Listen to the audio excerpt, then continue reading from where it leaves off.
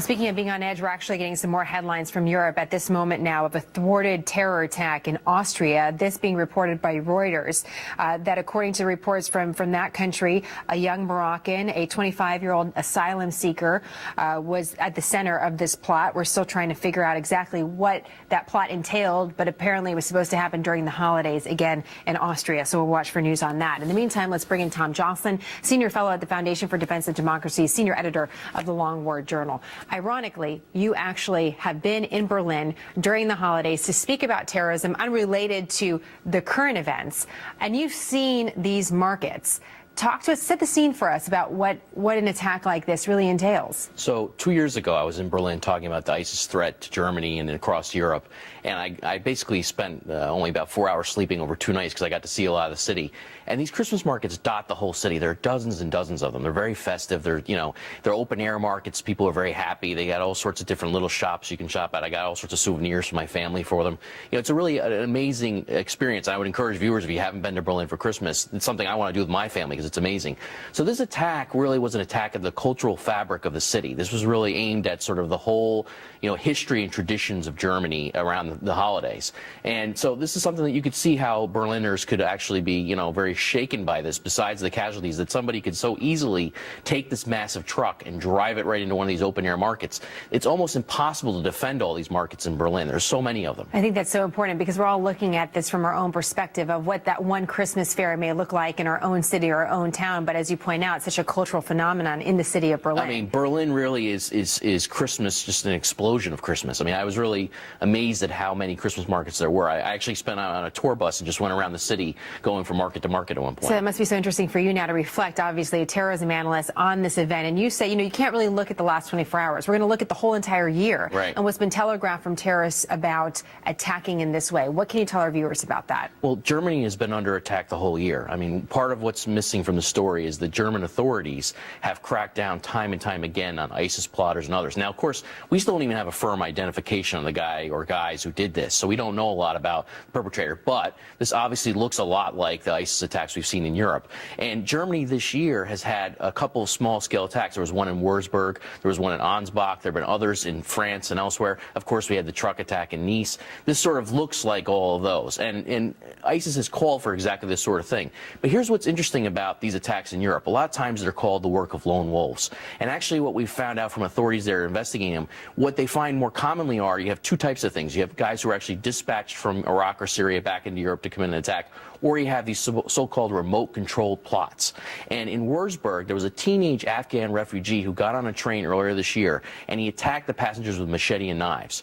And right up to the moment he got on the train, he was talking to his ISIS handler online from Raqqa, Syria. And the guy is telling him, you know what, brother, don't get on the train with a machete and knife. Why don't you try and take a truck or a car and drive it into a crowd and kill a lot more people like that? And this teenage refugee said, no, I don't want to do that because I don't know how to drive. I don't have a license, and therefore, it's going to take me months to learn how to drive, so I'm just going to do this. But you can see that this is the type of thing that ISIS has been agitating for quite often. Well, let me go back to something you said at the beginning of the interview. It's almost impossible to defend against, for example, a truck attack, if you will, with all the open-air markets in Germany. Then you kind of extrapolate that out to some of our vulnerabilities here at home. So what do we do? Well, I mean, it all comes on the threat identification. The point is that Europe is on overload and has been on overload for quite some time. It's almost impossible to track all the individual threats, all of the guys who are potentially a threat. And this is to set the scene on all this. Germany has basically escaped more attacks like this, both through vigilance and luck, and also U.S. cooperation. The U.S.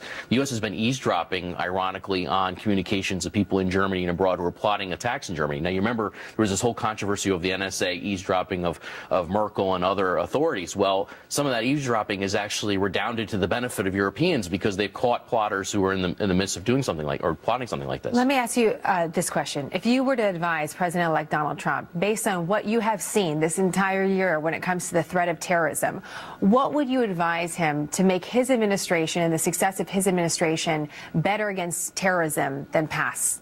Well, we got to start with some clearly defined victories. You know, we're 15 years out now from 9/11. You notice that the American style of waging war doesn't actually have any clear victories anymore. And we need to define, you know, exactly how we want to use military force and go in and achieve specific objectives and get clear victories to try and start discrediting them as a military force on the battlefield. That's the start of it.